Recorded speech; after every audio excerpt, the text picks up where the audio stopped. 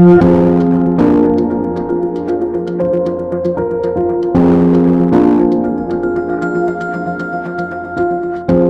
ನನ್ನ ಹೆಸರು ನವೀನ್ ತಾಜ್ ಅಂತ.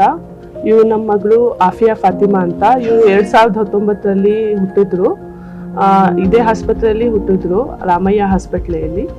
ಇವರು ಹುಟ್ಟಿದ್ದು ಖುಷಿಗಿಂತ ನಮಗೆ ಇವ್ರು ಕ್ಲಬ್ ಫುಡ್ ಇದ್ದಿದ್ದು ಇವ್ರ ಕಾಲ್ ನೋಡಿ ನಮ್ಗೆ ತುಂಬಾ ದುಃಖ ಆಗೋಯ್ತು. ಏನು ಈ ತರ ಆಗಿದ್ದಾಳೆ, ನಮ್ಮ ಮಗು ನಡೀತಾಳ ಇಲ್ವಾ ಅನ್ನೋ ಒಂದು ನಮ್ಗೆ ತುಂಬಾ ಅದೊಂದು ಡೌಟ್ ಬಂದ್ಬಿಟ್ಟಿತ್ತು, ಇವಳು ನಡೀತಾಳ ಇಲ್ವಾ ಅನ್ನೋ ತರ.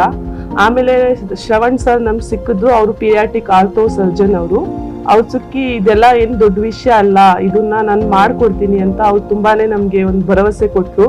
ಭರವಸೆ ಕೊಟ್ಟಾದ್ಮೇಲೆ ನಾವು ಅವ್ರು ಹೇಳ್ದಂಗೆ ನಡ್ಕೊಂಡು ಅವ್ರು ಹೇಳ್ದಂಗೆ ಟ್ರೀಟ್ಮೆಂಟ್ ಮಾಡಿಸಿದ್ವಿ.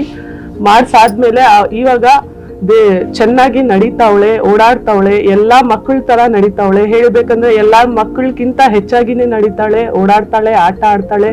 ನಮ್ಗೊಂದು ಸ್ಯಾಟಿಸ್ಫ್ಯಾಕ್ಷನ್ ಆಯ್ತು. ಈ ತರ ಮಕ್ಕಳು ಚೆನ್ನಾಗಾಗ್ತಾರೆ ಅನ್ನೋ ಬಗ್ಗೆ ನಮ್ಗೆ ಮಾಹಿತಿನೇ ಇರ್ಲಿಲ್ಲ. ಆದ್ರೆ ತುಂಬಾ ಚೆನ್ನಾಗಿ ಓಡಾಡ್ತಾವಳೆ. ಡಾಕ್ಟರ್ ಸರ್ ಅಲ್ಲಿ ಕೈಯಲ್ಲಿ ಒಂದು ಕಲಾ ಇದೆ.